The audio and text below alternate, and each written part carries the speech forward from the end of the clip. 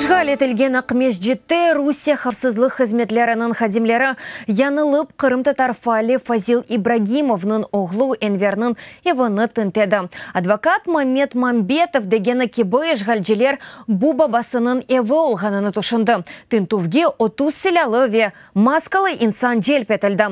Фазил Ибрагимов ерле Стрелковая наразылық мейданның иштиракчысы ола.